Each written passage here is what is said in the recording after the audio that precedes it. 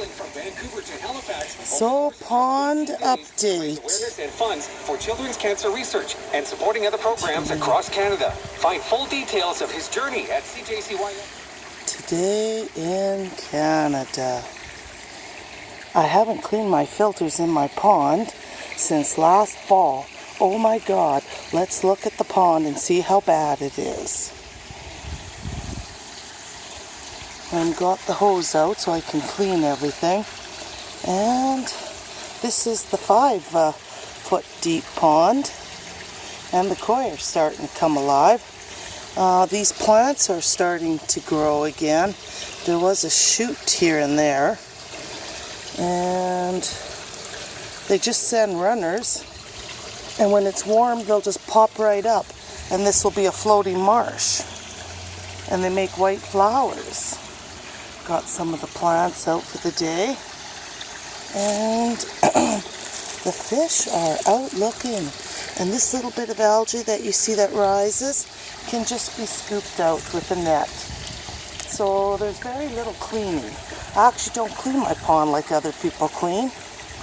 I just, in the spring, when the marsh hasn't regenerated, it is common to have a little bit of this algae.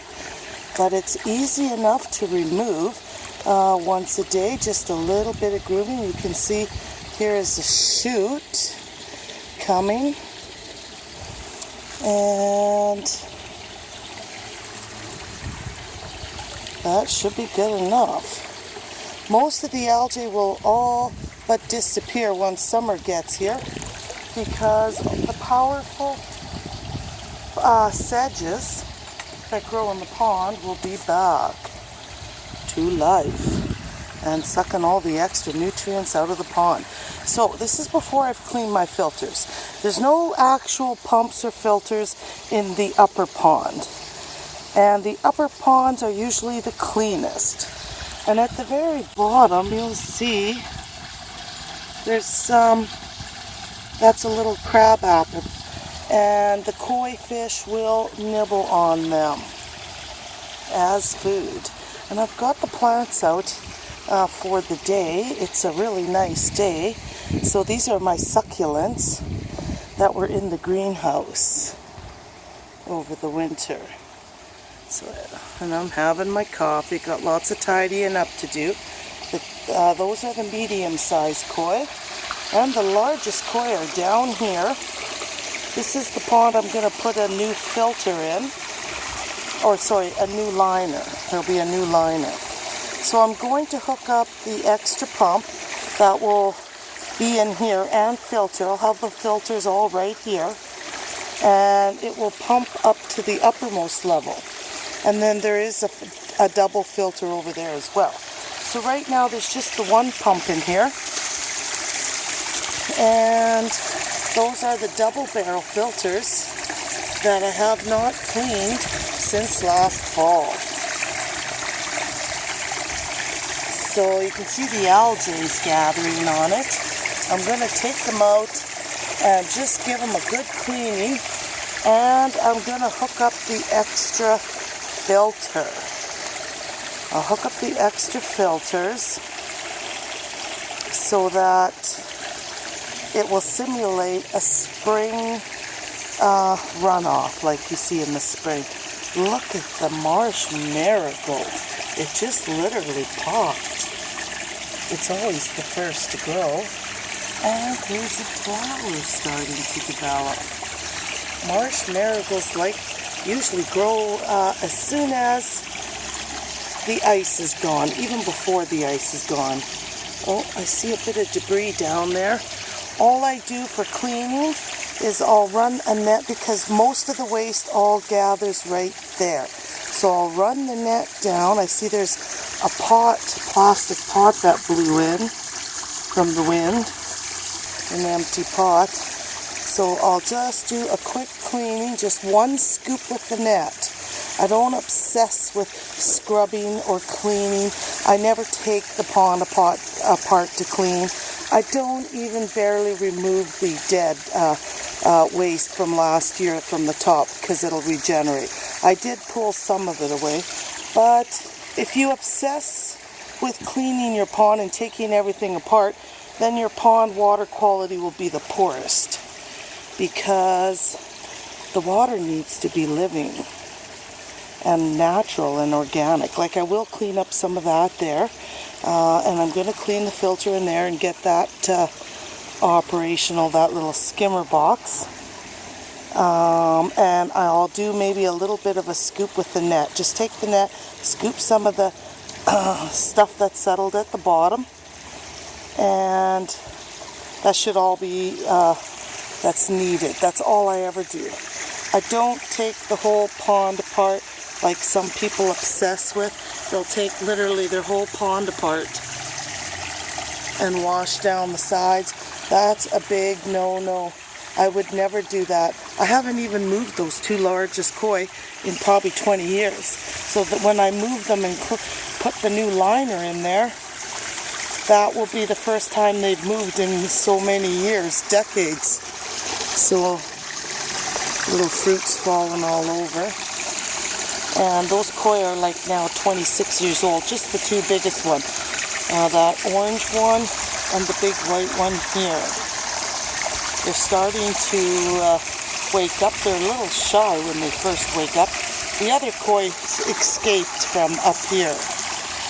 So that's just a quick look. Of course, I live on a busy avenue, and the ambulance is making noise.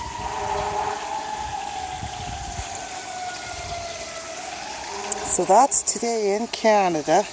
Haven't cleaned my filter since last fall. Haven't cleaned the pond. All I do is top it up and take this net here and scoop things out with the net. And I usually dump it in the garden, the algae and stuff. And John can rototill it in. So if you're like taking, and I'd never use a UV filter. I have never ever had pea green water, ever. And the first time and only time I had pea green water was back in 1991 when I first set up the pond.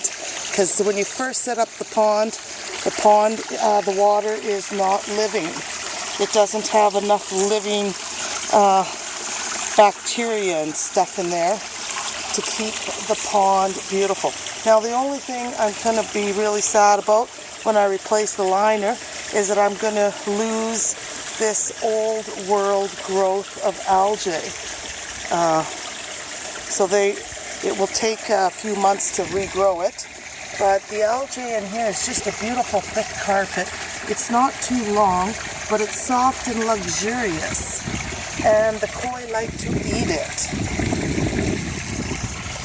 And that's so beneficial for your pond, is to have a nice layer of healthy, green, old world algae that's been growing for 20 some years on that liner. So it is time. There is a crack. I will be changing it this year for sure, because there is a crack on the liner. I think you can see it at the very top where the white wood is sticking out. And so I probably lose a teeny bit of water there, but I don't do water changes. I just top up the water slowly and naturally. So I don't even actually add any chemicals to my pond. I don't do nothing except for clean the filters and run the net at the bottom of it. And that's all I've ever done. Oh, and like I said, I'll scoop that, I'll tidy this up today as well.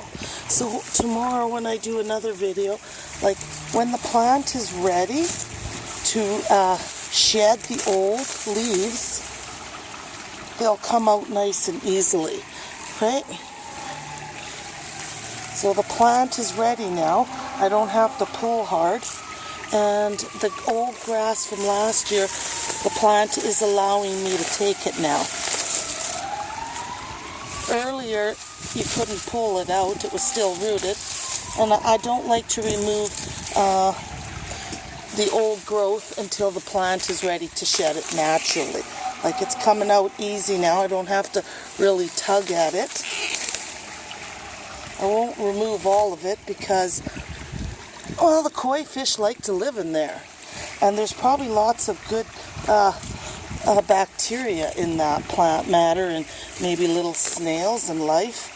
So I'm not going to go mental and treat my pond like a sterile hole in the ground, because then it really wouldn't be a pond. It would be a sterile hole in the ground. And with the sterile hole in the ground, you end up getting the garbage can effect.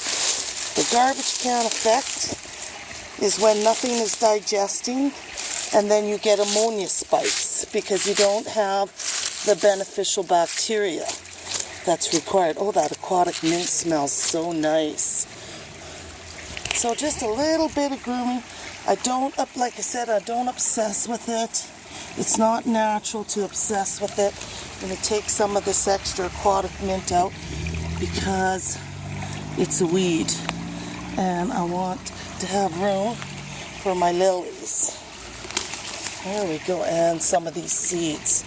Those were from now the notorious illegal yellow clay, because apparently it's now a bad plant. So there's the little bit that I've groomed out, and I'll take that away and I'll run the net in there today and just scoop out the bottom. Okay, and the pond will always be crystal clear, the water. Your pond will always be beautiful if you don't over clean it and mess with it too much. And I'll clean those filters and hook up the extra pump. So we'll come back later and see what's happening.